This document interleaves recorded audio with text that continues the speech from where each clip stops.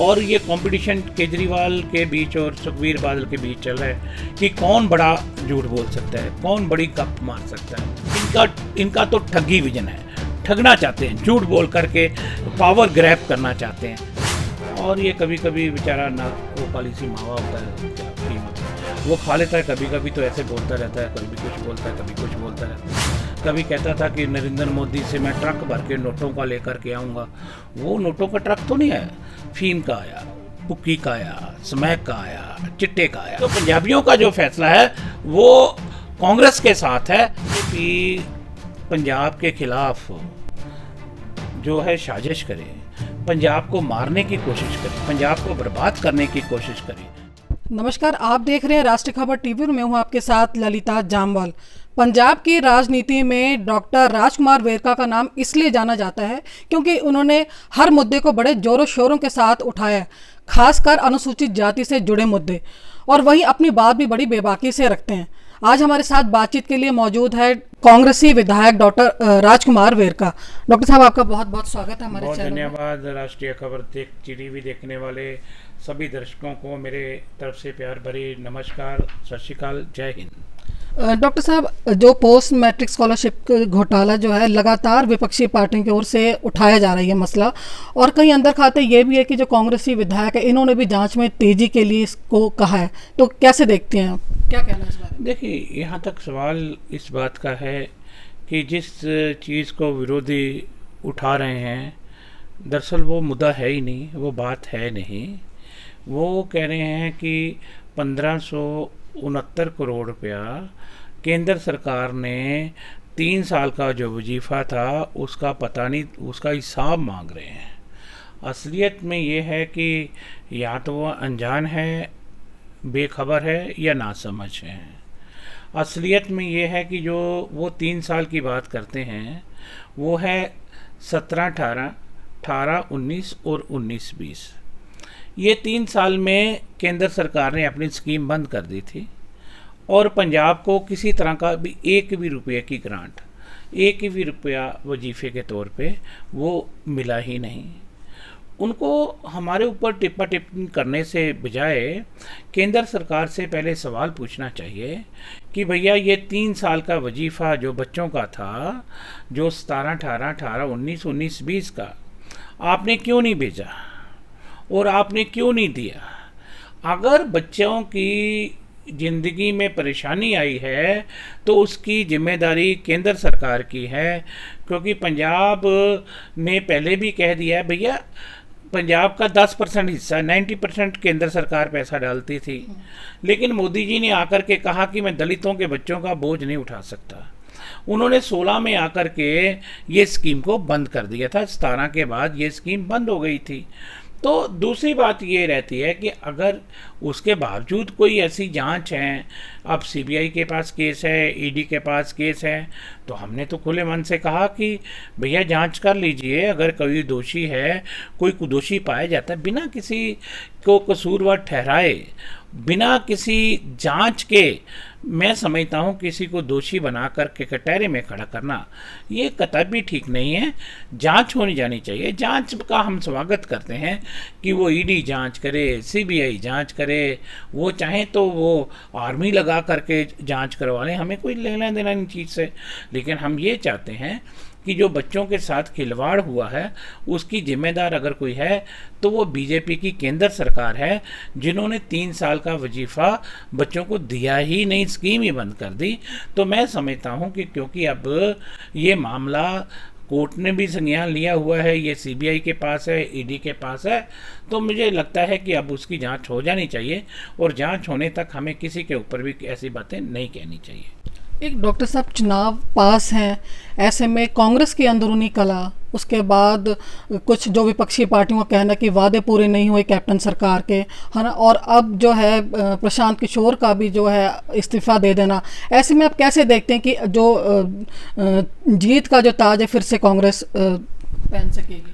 देखिए, मैं समझता हूँ कि लोग कांग्रेस के ऊपर भरोसा करते हैं और लोग महसूस करते हैं कि कांग्रेस पार्टी ऐसी पार्टी है जो सेकुलरिज्म की मिसाल है, आपसी भाईचारे की मिसाल है, और वो इनको भी देखती है।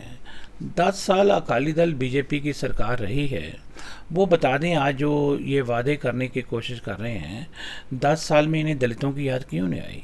10 साल में बिजली फ्री की याद क्यों नहीं आई? 10 साल में ये कर्जे माफ़ करने की इनकी याद क्यों नहीं आई? अगर भैया किसी ने कर्ज माफ़ किया है पूरे देश के अंदर, कोई रोल मॉडल है तो वो कैप्टन अमरिंदर सिंह की सरकार है, जिसने अभी तक 7,000 करोड़ रुपए का किसान का कर्ज माफ़ किया है, और आज 3,000 करोड़ रुपए का दलितों का, खेती मजदूरों का भी हम कर्ज माफ़ करने जा रहे हैं। और इसके अलावा पहला सूबा है यहाँ पे 40% लोगों से बिजली का बिल लिया ही नहीं जाता, फ्री बिजली है। 40% पॉपुलेशन में से 40% लोगों से बिजली का बिल नहीं लिया जाता, जिसमें 30% किसान हैं जिनको बिजली पानी फ्री दे रहे हैं हम, और 10% दलित हैं जिनको हम बिजली पानी फ्री दे रहे हैं हम। और ऐसा कौन सा सूबा है, ऐसी कौन सी देश में सरकार है जो अपने 40% लोगों को बिजली का बिल ही ना ले? और दूसरी बात मैं कह दूं कि यहाँ तक सवाल इस बात का है कि हमने जितनी भी बातें कही, हमने एक एक चीज़ को पूरा किया है। हमने कहा था भैया ये गरीब बेटी की शादी पे जो सगन स्कीम है, ये करीब 15,000 देते थे, तो हमने 51,000 कर दिए। हमने कहा था कि पेंशन ये 250 रुपये देते हैं, हमने 1,500 रुपया कर दी है। हमने कहा था कि हम वुमन को आगे बढ़ाने के लिए उनके लिए खास प्रोग्राम चलाएंगे। हमने 33% सरकारी नौकरियों में वुमन को राखमाकरण दिया है।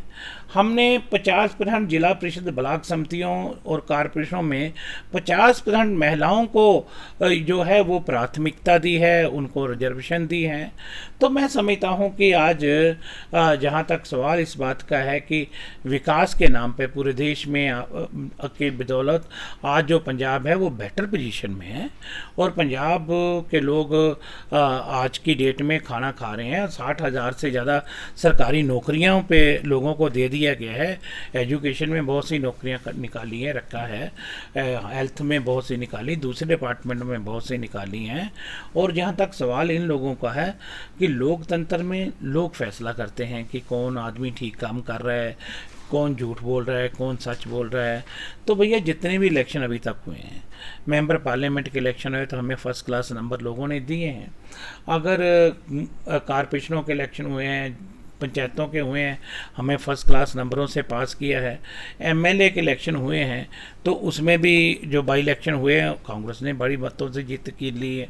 लेकिन मुझे लगता है कि ये अपनी खोई ज़मीन टटोलने की कोशिश करते हैं, और ये दोनों गप्पी लोग हैं। और ये कंपटीशन केजरीवाल के बीच और सुखबीर बादल के बीच चल रहा है कि कौन बड़ा झूठ बोल सकता है, कौन बड़ी गप मार सकता है। तो ये गप मार रहे हैं, उनको पता है उनके पैसे पल्ले कुछ है ही नहीं, देने के लिए कुछ बात नहीं, तो देना कहाँ से है। तो मुझे नहीं लगता कि जो इनका कोई आधार है, और मुझे लगता है कि कांग्रेस पार्टी जो बेटर पोजीशन में है और कांग्रेस पार्टी दोबारा 22 में सरकार बनाएगी। एक और सवाल है कि क्या जो कैप्टन अमरिंदर सिंह और नवजोत सिंह सिद्धू के बीच की जो दूरियां हैं वो कम होगी आगे आने वाले समय में? बिल्कुल, कोई ऐसी खाई नहीं है जिसको हमें पटने की ज़रूरत है, और पार्टी और सरकार के बीच में बेहतर तालमेल है, बेहतर कोऑर्डिनेशन है, और ग्राउंड पे पार्टी काम कर रही है, लोगों से फीडबैक ले रही है, अपने एमएलओ से मिल रही है, और नवजोत सिंह सिद्धू हर डिस्ट्रिक्ट में जा कर के फीडबैक ले रहे हैं, और जो टोटल फीडबैक है वो सरकार को ला कर के देते हैं, तो सरकार उसको इम्प्लीमेंट करवा रही है। तो मैं समझता हूँ सरकार और पार्टी के बीच एक बेहतर तालमेल है, उसका लोगों को फ़ायदा होगा, पंजाब के लोगों को फ़ायदा होगा, और कांग्रेस पार्टी को भी इसका फ़ायदा पहुंचेगा। एक डॉक्टर साहब, अभी सुखबीर सिंह बादल ने 400 बिजली यूनिट समेत 13 बड़ी घोषणाएं की हैं, इसको आप कैसे देखते हैं?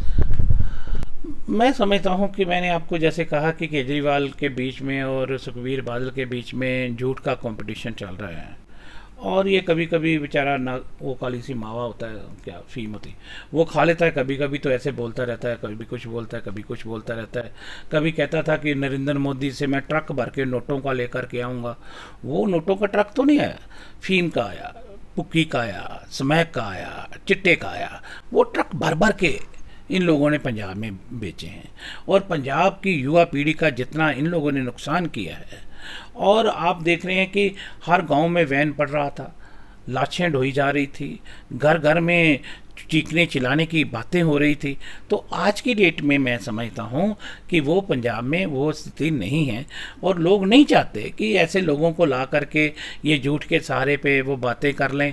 तो भैया केजरीवाल को मैंने कितनी बार कहा कि आप यहाँ जो कह रहे हो फ्री दे देंगे, आप दिल्ली में पहले फ्री दे लो ना। दिल्ली में कहाँ फ्री दी हुई है?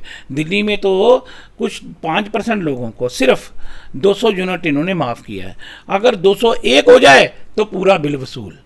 तो वहाँ पे 5% की 1% लोगों को भी फ़ायदा नहीं पहुँच रहा उसका। और यहाँ पे भी जब इसने आके कहा कि हम 300 यूनिट बिजली जो है वो माफ़ करेंगे, तो अगर पत्रकारों ने जब पूछा कि अगर 301 यूनिट हो गया तो फिर कहता 300 का भी पैसा वसूल करूँगा। तो ये इसका मतलब ये है कि इनका कोई विज़न नहीं है, इनका तो ठगी विजन है। ठगना चाहते हैं, झूठ बोल करके पावर ग्रैब करना चाहते हैं। तो मैं समझता हूँ कि लोगों ने, ये पंजाब है, पंजाब हमेशा ही उल्टी हवा की ओर चलता है। याद रखना, जब पूरे देश की हवा मोदी की ओर चल रही थी, तो जब लोग दिल्ली की ओर जाते हैं तो पंजाब के लोग दिल्ली की बजाय लाहौर की ओर आगे बढ़ते हैं। तो उल्टा चलते हैं पंजाब के लोग, और पंजाब अपनी चाल पे चलता है, पंजाब के लोग अपने फैसले पे चलते हैं। तो पंजाबियों का जो फैसला है वो कांग्रेस के साथ है और कांग्रेस के साथ ही रहेंगे। एक डॉक्टर साहब, जो भाजपा है, भाजपा लगातार यही आरोप लगा रही कि जो किसानी मुद्दे के नाम पर उनके ऊपर जो है वो हमले करवाए जा रहे हैं, क्योंकि उनकी बहुत बड़ी एक है भी, पंजाब में भी वो जीतेंगे, इस तरह के जो उनके दावे, उनको लेकर आप क्या कहना? और सरेआम जो उनका यही कहना है कि जो हमले करवाए जा रहे हैं ये कांग्रेस पार्टी की ओर से ही करवाए जा रहे हैं। भैया देखो, बीजेपी पंजाब के खिलाफ जो है साजिश करे, पंजाब को मारने की कोशिश करे, पंजाब को बर्बाद करने की कोशिश करे, पंजाब की किसानी और जवानी को तबाह करने की कोशिश करे, और नस्लें और फसलें तबाह हो जाएं, तो आप क्या सोचते हैं कि पंजाब के लोग इन्हें सेरे डालेंगे? क्या करें पंजाब के लोग?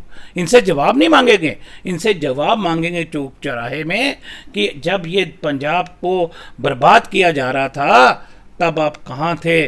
और इनको सब लोगों ने, पंजाब वालों ने कहा, या पंजाब का आपने अन्न खाया है, पंजाब का पानी पिया है, पंजाब में आपने तरक्की की है, अगर पंजाब का नमक खाया है तो नमक हरामी मत करो, या पंजाब छोड़ो या पंजाब के साथ खड़े रहो।